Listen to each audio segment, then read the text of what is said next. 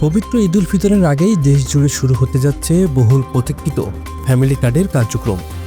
BNP সরকারের নির্বাচনী প্রতিশ্রুতি অনুযায়ী এই কার্ডের মাধ্যমে কতজন মানুষ সুবিধা পাবেন, কিভাবে পৌঁছাবে টাকা, সমাজ কল্যাণ মন্ত্রীর ভাষ্য নিয়ে বিস্তারিত থাকছে প্রতিবেদনে।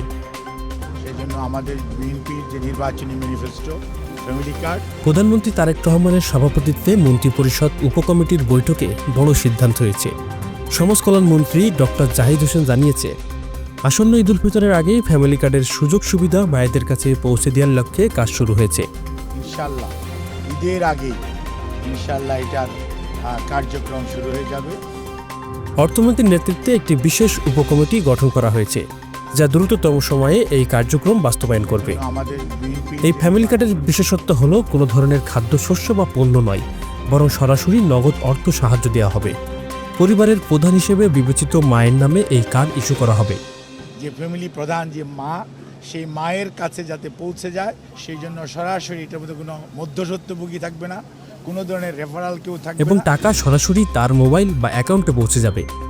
মন্ত্রী স্পষ্ট করেছেন, এতে কোনো মধ্যস্থভোগী বা রেফারেলের সুযোগ থাকবে না এবং পুরো প্রক্রিয়াটি হবে ডিজিটাল এবং স্বচ্ছ।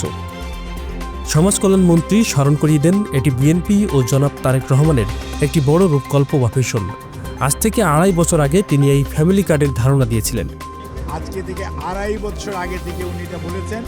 বর্তমান সরকার সেই পরিকল্পনাকে এখন বাস্তবে রূপ দিচ্ছে। প্রাথমিকভাবে ঈদের আগে শুরু হলেও আগামী 3 থেকে 6 মাসের মধ্যে দেশের অর্ধেকের বেশি পরিবারকে এই কার্ডের আওতায় আনার টার্গেট রয়েছে। ফ্যামিলি কার্ডের স্বচ্ছতা নিশ্চিত করতে একে জাতীয় পরিচয়পত্র বা এনআইডির সাথে সমন্বয় করা হবে। এতে করে প্রকৃত দুস্থ ও সুবিধাপ্রাপ্ত মায়েরা যাতে তালিকা থেকে বাদ না পড়েন এবং তথ্যর কোনো ভুল না থাকে তা নিশ্চিত করা হবে।